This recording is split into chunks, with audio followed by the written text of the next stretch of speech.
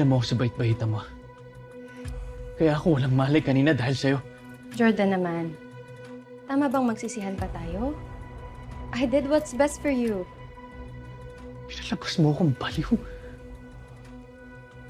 Para yun sa ikakabuti mo. Kabubuti ko. O sa interest mo. Hindi ako kasing sama ng iniisip mo.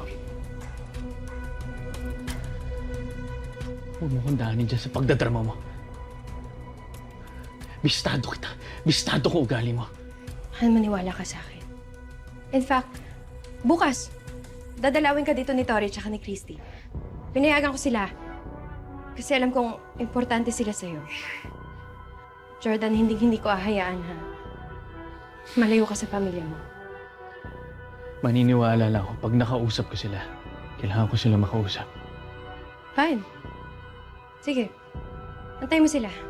Pero for the meantime, magpahinga ka. Magpalakas ka, okay? Diyan na yung mga gamot mo. Kailangan kong telepono. Pera mo akong telepono. Tatawagan ko sila. Wala signal dito, I'm sorry. Syra! Pahiramin mo ko ng telepono. Bukas, Jordan. Lahat yan bukas. Mag-antay ka na lang bukas. Ngayon, magpahinga ka. Syra!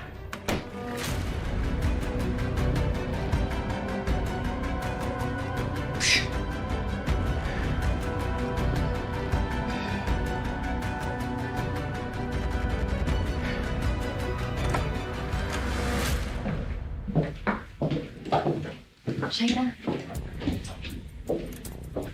sigurado ko lang sa gagawin mo. Hahayaan mo bumisita si Christy dito? E paano pag nagsalita sa George sa mga pinagagawa mo? Hindi mo na mababawi yung asawa mo. Hindi ko na siya kailangan bawiin dahil hindi ko namang hahayaang makuha siya sa akin, Christy. Anong plano mo? Joseph,